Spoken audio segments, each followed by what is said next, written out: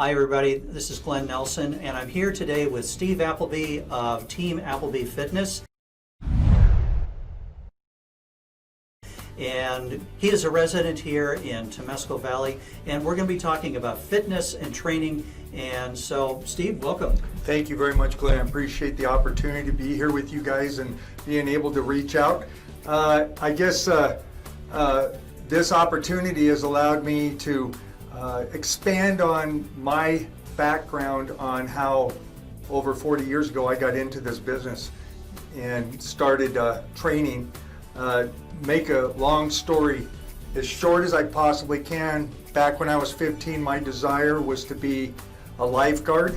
And so for the year when I was 16, I did pass that, get certified as a lifeguard, had to spend a year of internship.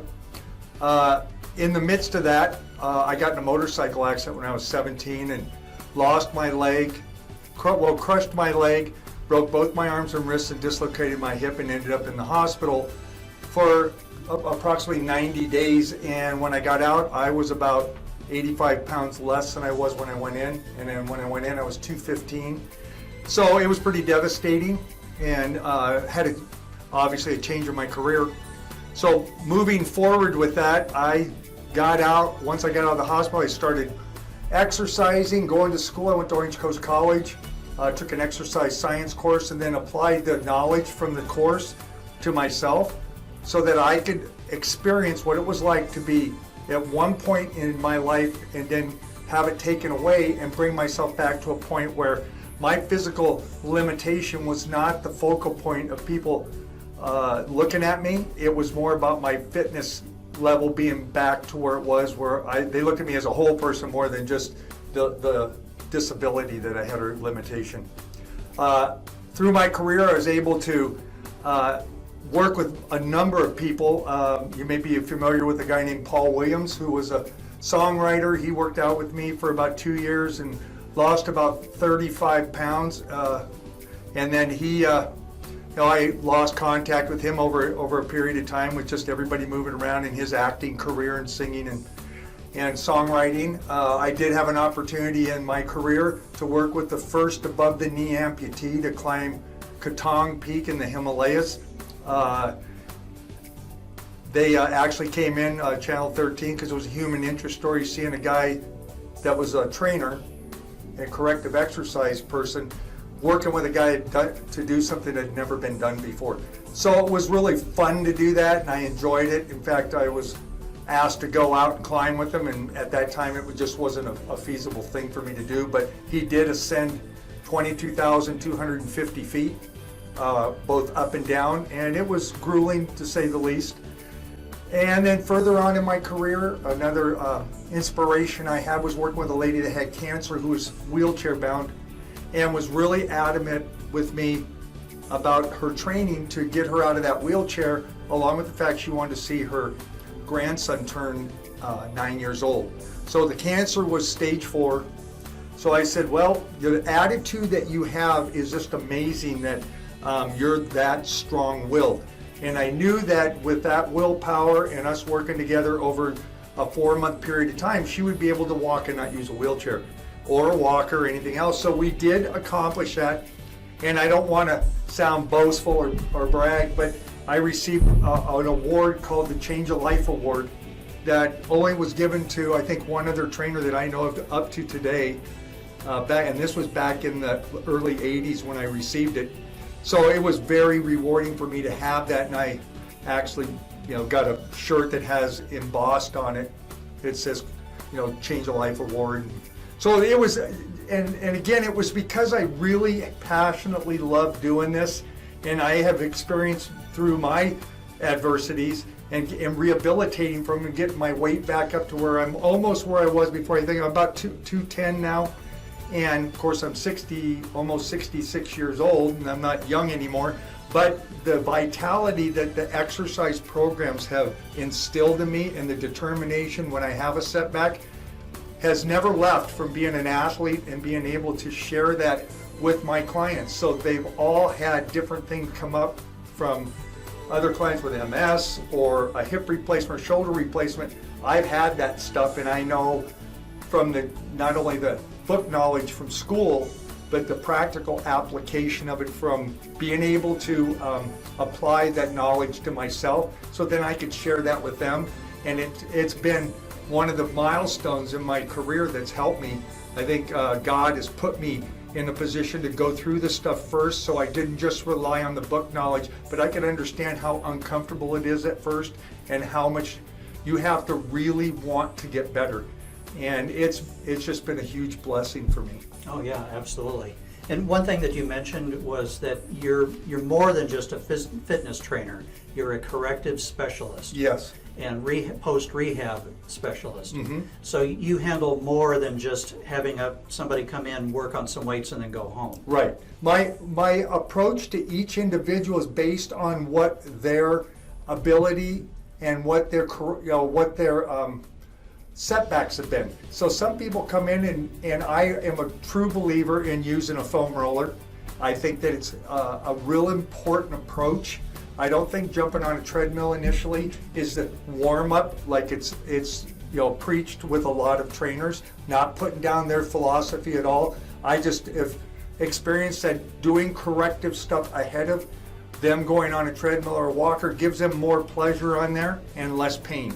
So I do corrective movements ahead of time, and then they'll go on and do 5 minutes. But that basically to me is just a way to get those extremities lubricated with the blood that's being held back by a knot in a muscle, or their gait's off, their foot might hurt, their lower back might hurt. So if we eliminate those conditions ahead of time, we don't have to experience that wobbliness. It almost looks like they're drunk and they're trying to walk, and then they can kind of get things squared away.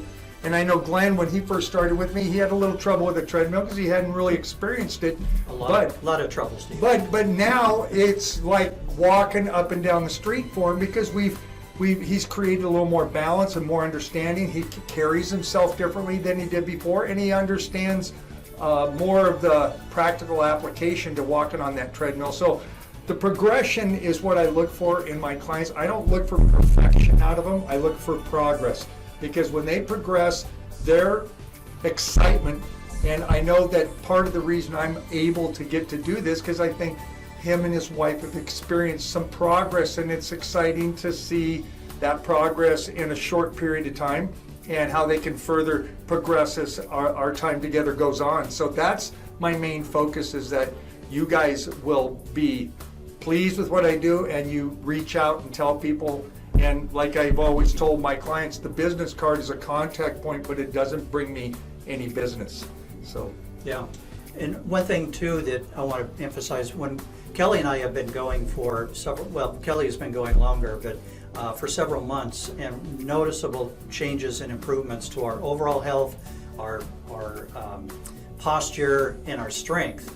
And one thing that I noticed specifically that you do is not so much just immediately start with weights. In fact, it's mainly just body working against the body weight and using your body as the source. Resistance. Yes, exactly. And also you describe and you what's the word I'm trying to say? You customize the workout to the individual rather than having a cookie cutter. Yes, yeah. Absolutely. Because every individual is different, and I believe that the word personal training is just that. You're personally training someone for betterment. You're not just training them cookie cutter like Glenn mentioned, where everybody does the same workout, you have the same things out. It makes it much easier. I, again, am so passionate about what I do that I like to take somebody, and when they walk out, even if we didn't do a lot, they feel better than when they walked in. And that's the key point, because if they feel better, they're going to look forward to coming again and again and again. And over time, that creates that excitement, which means their workouts are going to be that much better, because they look forward to getting further along in their goal to the reason that they came. Yeah, absolutely. And now, Steve, you do have a studio here in Temescal Valley. Yes. And what if there's someone that's watching that is interested in having you work with them, but they can't come to your studio? Do you go to them? I can go to them, yes, and I do a complimentary evaluation with any potential clients, which means I don't charge you for that. I want to make sure that you're going to get out of this what you're going to put into it, and I think if I put a cost on that, it kind of defeats the purpose. You're going, well, I don't really like this guy, or I don't like what he has to say, but I got to pay him anyway. This way, there's no obligation from you financially until you make the commitment to want to do this.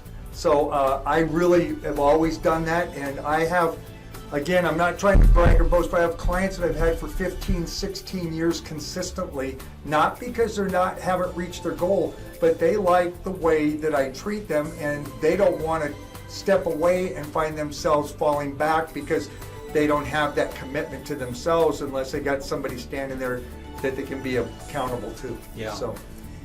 One thing too that Kelly and I really appreciate when you're going through the paces with us is it's not just do this exercise, but you're explaining why we're doing that exercise and what muscles we need to concentrate on to do those particular exercises. Absolutely, and I even have some schematic pictures in my studio showing all the muscles, the posterior and frontal plane of a person, so that I can point out the muscles that they want to focus on the most, because I think it's important when you have that mind and body relationship where you can actually focus on what you're doing. So if you're doing a push-up, for example, you can actually focus on your chest doing the work, and you almost don't pay attention to the other extremities involved in the movement, and you put your whole attention into that muscle, and you can actually feel when you're done that you've worked there. If you're kind of wandering while you're doing that, you really go, well, I feel that in my shoulder, I feel it in the back of my arm. Not that those aren't involved, but the main focus is where you're going to get the main amount of results from. And so each exercise, I like to go through those muscular systems so they can relate with me. And then I also like to make sure that when I'm teaching on those things, that I'll ask questions periodically with them about, okay, well, what are the 3 movement exercises that we do? And they can repeat back to me. That way I know they know it. To just go through it and not have the knowledge of what it is and what muscles are being worked, they really are kind of lost. It's just like anybody else. I try to just be a little more creative with what I do and not be so cookie cutter with the things that I do when I come to training people. Now, one thing too, Steve, I want to touch on with you is there are a lot of people that they haven't exercised for most of their adult life, and they're in their 50s or their 60s. They have some reticence about actually starting an exercise program or working with you. What would you say to them about that? Well, you know, given that complimentary interview is probably the foundation to them knowing that I approach each thing individually. So if I have somebody 50, 60, 70, I even have clients that are reaching 100 years old, and they're apprehensive, all of them from any of those age groups, about getting involved in an exercise program when they're older. But the importance of it is the functionality behind it, the flexibility behind it, their balance is sacrificed. There's so much that's compromised when we get older, especially if we haven't taken care of ourselves in our adult life. So we have physical needs, we have, you know, maybe don't drink enough water. Your eating habits may need a little bit of a twist to them. Not that I ever put anybody on a diet, by the way. I just look at the what you have going on and try to give you a better idea of, you want to work out and see results, you're going to have to correct some of these things. So you may have to lessen an amount of this and maybe increase the amount of this to balance out what's going to be the best thing for you to progress with. Because exercise alone, especially if you come in and you're already deconditioned, which means you haven't worked out for a long time, your muscles are atrophied, your body composition weight is too high. And so what we want to try to do is use it as a sculpture. You're trying to take this, if I can use this, like a ball of clay, and you're trying to make a pot out of it. So you have to fine tune that clay until it forms that perfect pot that you're trying to get. So you have to carve away a little bit here, and you have to round this here. So that's what I'm trying to say is when I just put what I've learned that's kept me in the shape I'm in, and I'm almost, again, almost 66 years old, and I'm not perfect, but I really try to pay attention to what I want to reflect to the clients, that because you get older doesn't mean you have to just give up. And that's a lot of times what happens. He says, oh, well, what the heck do I have to do that for? I'm 60, 70 years old. Well, you want to do it for your quality of life personally. And I know that even with our spouses, the better shape we stay in and the better, our mental part is, we actually keeps that flame going in your relationship, believe it or not.